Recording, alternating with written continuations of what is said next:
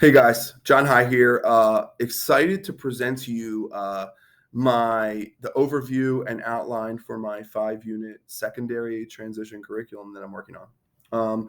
I want to go ahead and share my screen, but before I do that, I want to go over a little bit of the details behind my presentation and the unit that I put together.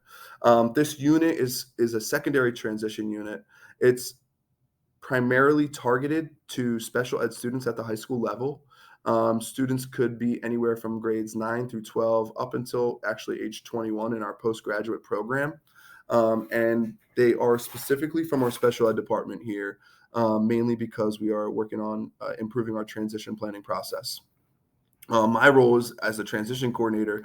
This project has really allowed me to implement and innovate for our students to provide some really authentic assignments, I feel like, so that they can grow and explore and set meaningful goals for themselves. So let me go ahead and share my screen so that we can begin. I'm going to go over to my 5-course outline. The course starts off with a pretty, good explanation and start here section for students where there's a syllabus, the course objectives, a course map, a checklist, and the overall outcomes for what we're asking students to learn from these 5 modules. From there, we move into a setup that is pretty consistent. You'll see each module consists of assessments, both a pre-quiz and an end of the unit quiz. We have objectives and keywords as best practices that are presented to students so that they know exactly what's presented of them from the beginning of the lesson. Specifically, our special ed students, we're working with speech therapists, so making sure that vocabulary is understood and known, and we're highlighting that has been an important part of this process. Another focus is that, and some of the key components is the collaboration and discussion activities. Students are going to be asked to use a discussion board to keep the class and teacher up to date with what's going on, but then also collaborate and provide feedback to their peers.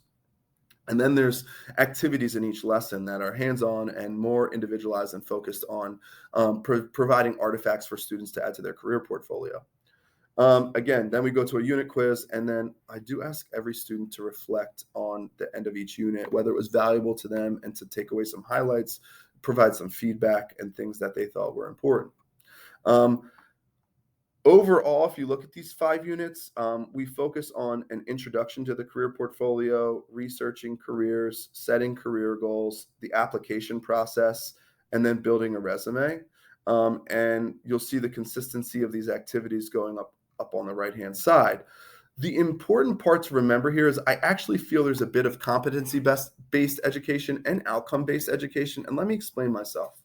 The overall course outline is looking at outcome-based education based on this individual and specific goals that students are setting for themselves in their career portfolio. However, in these individual modules, there is competency-based education.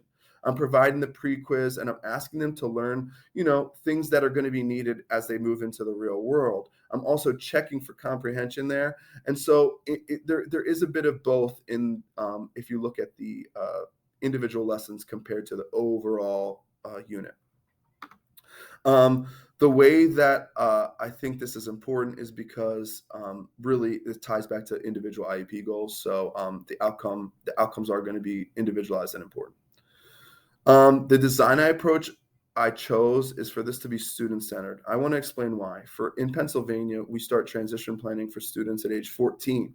This introductory unit and the innovation proposal with the career portfolio has allowed us to not only document students' transition goals, but also provide the work that we're doing and the opportunities we're providing them in the artifacts that they choose and how they present those.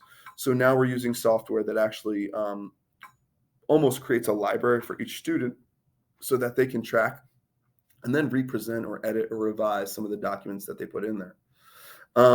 If you look at the course and we move over to my 3-column grid, I do believe that if you look in this assessment column right here, you'll see that I'm not just giving multiple choice quizzes, but students are asked to do a number of different types of informal and formal assessments, whether it's career interest surveys, reflection on their results, identifying requirements related to their individual goals, skills surveys, learning styles inventories.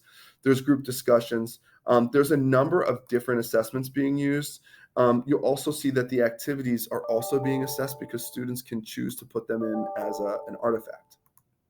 So moving on, if you look at whether or not we're pushing our learners into deeper learning, my opinion is that we would be. The reason why is that each student gets to choose how much they immerse themselves in this project. What do I mean by that? I currently have a student. She's a junior. She was looking for nursing internships. There weren't many. What she's doing is during the summer, she's actually interning at a local hospital.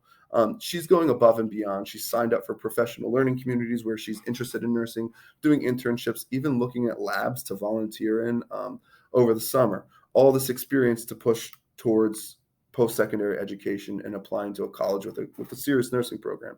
I also have students from our tech school that we're working with that have earned a welding degree, and they take it to the next level and join a union or an apprenticeship where they start earning more money. And so we're seeing a lot of progress there. So I do believe that we provide students with the opportunity to take their learning to a deeper level if they choose. However, we don't require for each student based on some of the accommodations and modifications in our IEP. Finally, if you take a look at this, the real purpose of this is to allow students to take the driver's seat of their learning. So we've done this in a couple ways. You can see this is all centered around their goals and what they want to do, specifically in post-secondary education, employment, and independent living.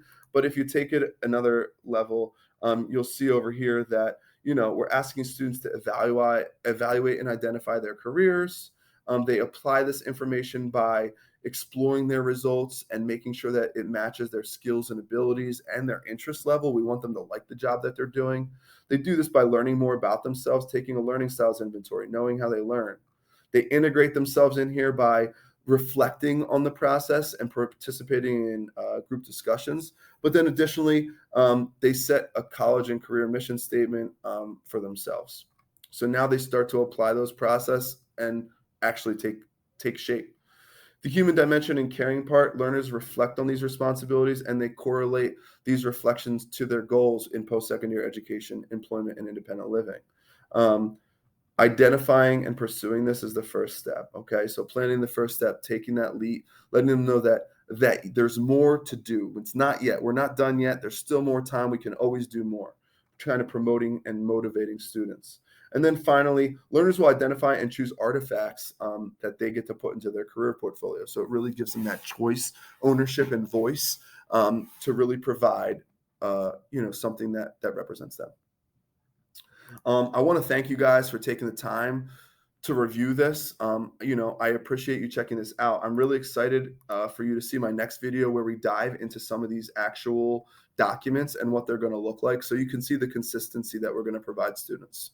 Take care. Let me know if you have any questions. Comment down below. Great to hear from you. And if not, if you haven't done already, like and subscribe. Follow the website. We'll see you guys later. Bye.